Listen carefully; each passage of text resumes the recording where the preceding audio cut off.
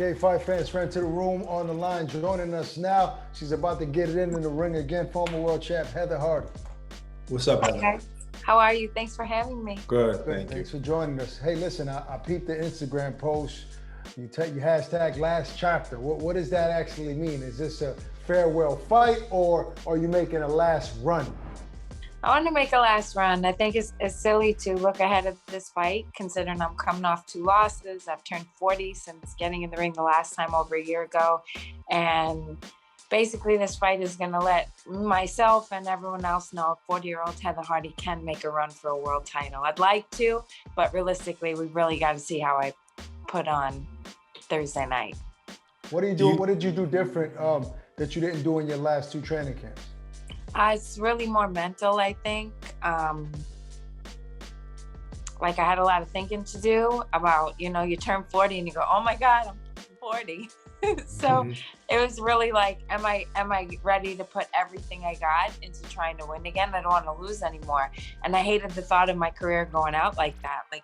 Wow. On top of all that, it's like, I won a world title at the Garden on HBO and I made $20,000, right? So like now I'm watching these girls make money and I'm like, how do I hang them up now? How do I hang them up unless I'm really sure that I can't make that money I worked so hard my whole career to earn? Yes. So there's so many things going through my mind, but I know that, it's not likely at 40.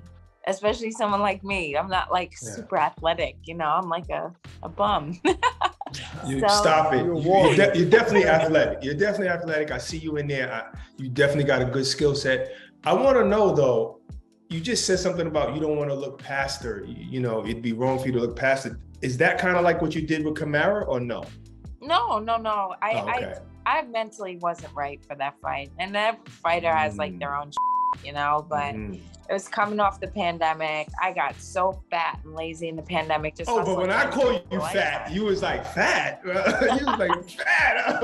I was like, no, I said chubby. I think I said chubby. No, I did. I gained so much weight. I had to lose like 40 pounds just to get back in the ring. The whole camp was losing weight. I mean, I'll be honest, I thought I won the fight. My whole corner said I won the fight. But there was a lot of behind the scenes going on there. Yeah. And that's why I really had to sit down and go, do you want to do this? You can't have it's your career, it's your life, it's your face, right? Like what are we doing here? So I decided in about April, okay, we're going all in. I'm really going to do this. I'm giving it everything like I gave in the beginning. At this point in your career, Heather, what's the most challenging part? Is it the training, the running, or the making weight, not eating when you want to eat? Well, what would you say is the most challenging part of getting ready for a fight today? Well, I'll be honest, this camp was great because I didn't have a kid. This is my first one without a kid at home. I sent my daughter to college in August. So this is my first fight training that I didn't have to come home and do homework and pick up anyone from school and, after school activities and work and cook and have a kid. I was like, wow, this is what all these girls with no kids did this whole time. Right. So, you should have started your career at 40. That's what you should have did. I'm like, oh, this is so nice. I'm resting. I'm doing things for myself. It's wild. I think the worst thing is missing happy hour, man. I finally don't have a kid. I can't. Oh man. Hey, all right. All right. This is what would be called a soft touch, but then again, you still trying to prove yourself. You're trying to prove something to yourself. After this fight, have us talk with DeBella or anybody who can be next? I mean, I think I'm at a point in my career where I don't get to choose, right? Like I fell off for so long. It's really going to be a matter of who am I useful for? And what weight am I comfortable at? Like, where can I go? Where can I get down to? How comfortable can I be in the divisions? 126, 130, and 135. I mean, to me, all has money in there. There's money in those 3 weight classes. So after this fight, now that I'm in shape and I'm on a routine and I'm really like, the ball is moving, all things considered, knock wood, I'm really hopeful to put on like a great show and be in contention to go up against some of these girls who have money on their side. What weight is this fight contracted at? This one's at 135. This one's a 135. I hit Nice. 135 about a week and a half ago, which Great. never happened in my career. So, I mean, 130 could be an easy possibility for me. I think that's can be my mark after this fight. Try to see how low I can get the weight at a healthy, because I'd love to fight at 126 again, but I don't know if my old ass can get that skinny. So, Well, so I think that's what I'm going to work on in the off time. You know, where can I get my weight comfortably? Speaking of 130, there's a big 130-pound unification bout going down this Saturday in across the pond. Michaela Mayer versus Alicia Baumgartner. How does that fight play out? I think it's going to be a great fight. It's a great fight for women's boxing. It's a great night of boxing for women's boxing, an all-female show, 2 highly anticipated title fights. I mean, I am notoriously bad at calling fights, so I'm not even going to embarrass myself. I'm not. And I didn't say who I think is going to win, because really, you don't know. You don't know. It comes down to skill and grit and who's in shape and who's ready. And both of them girls got something to prove. So I'm just excited to watch it.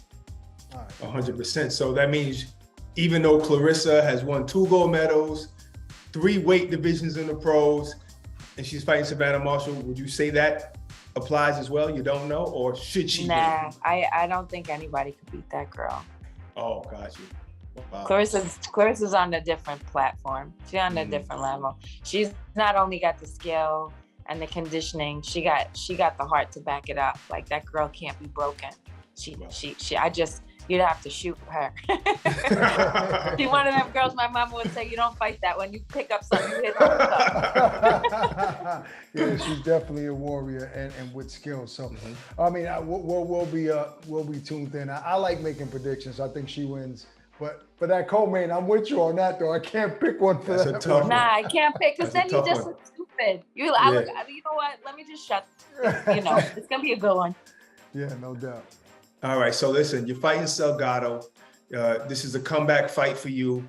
Are you excited? Are you nervous? How do you feel?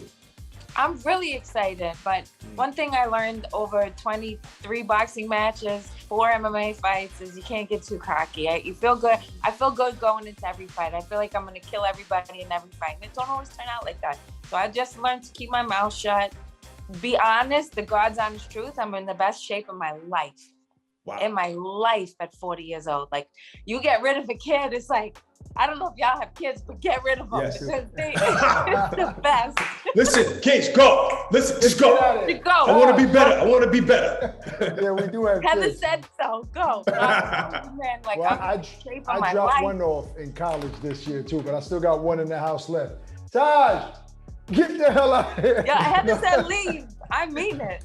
No, but on a serious note, this is a measuring stick for yourself that you're giving yourself in this fight. So what type of performance does Heather need to have for her to say, okay, I feel like I got a shot at giving one last run, making some good money, fighting for a title? Does it have to be a stoppage or a shutout? Like what? Here's my rule. I want no stitches in my face. Not one. Not one. I've had 61. That's enough. No more stitches in my face. And I want to walk to the corner and see my coach, Hector Roca, say, baby, I'm so proud of you.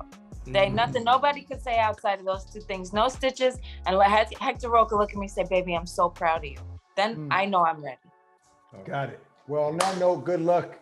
Can't wait to see you on the other side of that, fighting again one more time. Take it easy.